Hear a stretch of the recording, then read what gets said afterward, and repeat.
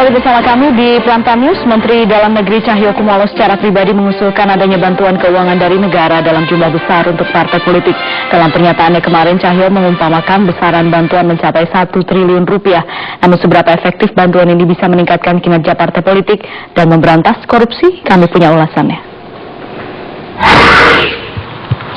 Ide untuk memberikan dana bantuan bagi partai politik kembali digulirkan oleh Menteri Dalam Negeri. Lalu, seperti apakah pola pengawasannya nanti, mengingat dana yang dikucurkan tidaklah sedikit.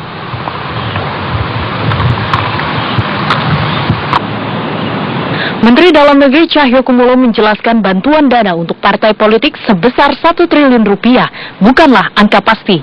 Namun keinginan pemerintah untuk membantu keuangan operasional partai politik akan terus dirundingkan termasuk soal mekanisme dan pengawasannya. Dia berharap bantuan dari pemerintah bisa membuat kader parpol yang menduduki jabatan publik bisa berkonsentrasi menjalankan tugasnya dan tidak dibebani untuk mencari biaya operasional partai. Bukan intinya, kalau toh mengerucut pemilu nantinya dari parliamentary threshold itu bisa disepakati lebih tinggi, nah seperti negara-negara lain, anggaran partai politiknya dari negara. Tidak ada nanti ditugaskan petugasnya dari kepala daerah atau anggota DPR untuk cari-cari uang yang nggak perlu. Tapi harus undang-undang diperkuat, kalau ada penyimpangan ya bisa dibubarkan, itu aja. Sementara ini kan realistis nggak Pak Menteri? Apa? Angka 1 triliun itu misalkan. Saya sebut misalkan dong, karena kan tergantung apa? Loh iya dong, jangka panjang syukur bisa 2019.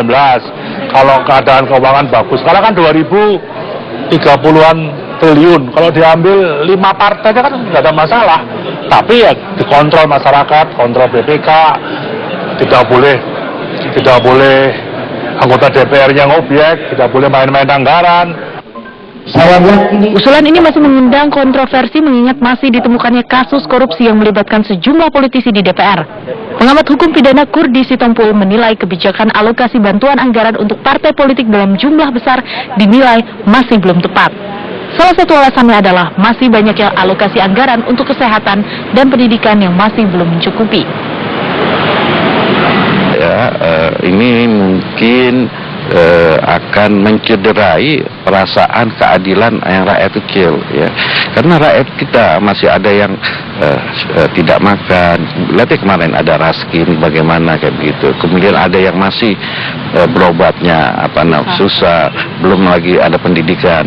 Nah, saya kira wacana seperti ini mungkin tepat untuk di negara-negara yang maju sudah mapan, ya kan.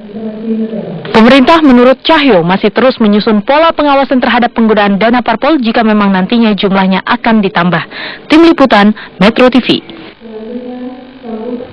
Wacana partai politik dibiayai negara kembali muncul, kali ini dari Menteri Dalam Negeri Cahyokumolo. Tujuannya mulia, mencegah korupsi, kemudian juga menjaring pemimpin berkualitas sehingga memiliki kesempatan yang sama.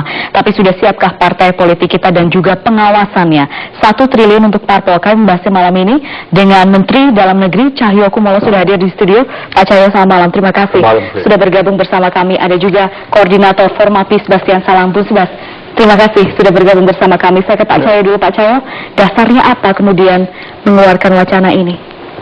Yang pertama, mungkin momentum yang saya lempar belum tepat. Pada saat negara saat ini sedang konsentrasi untuk meningkatkan kesejahteraan dan optimalisasi untuk infrastruktur. Tapi ini penting untuk dipersiapkan jangka panjang.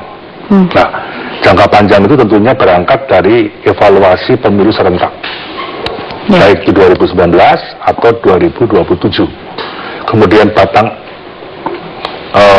batas ambang PT juga harus secara konsisten ditingkatkan. Nah, yang kedua, ini untuk mewujudkan sistem pemerintahan yang solid secara nasional. Dan yang ketiga, memberikan perubahan sebuah sistem pemilu dalam partai politik itu sendiri, dan yang ketiga adalah untuk mencegah indikasi korupsi.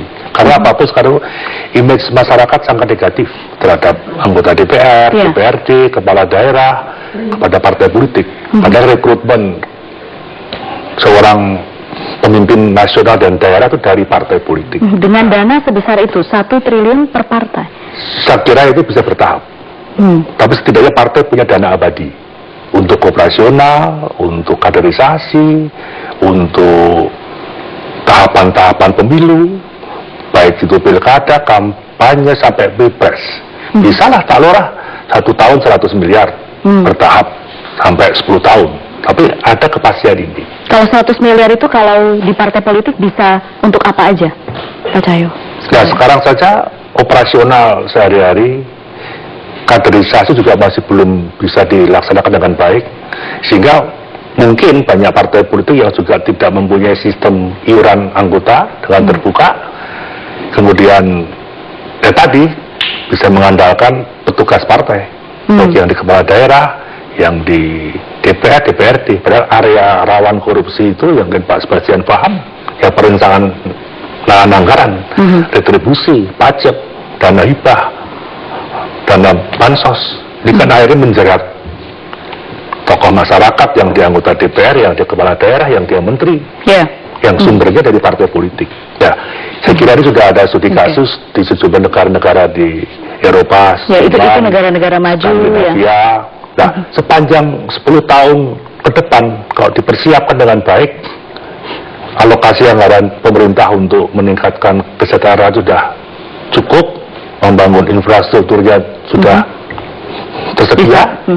Kemudian kalau toh diputuskan untuk 1 tahun 100 miliar bertahap, kalau nanti muncul 5 partai, kan hanya 5 triliun misalnya, dari 2000 sekian triliun anggaran Indonesia. Baik. Tapi kontrol masyarakat penting, transparansi penting, undang-undang harus dirubah. Kalau ada partai yang melanggar, saya kalau perlu dibubarkan partai itu. Oke. Gitu. Memang kalau misalnya dibandingkan dengan APBN negara, jumlah itu kecil, tapi 1 triliun itu besar. Apa kekhawatirannya? Bu Sebastian nanti setelah juga bisa dijawab, tetap bersama kami di Prime Time.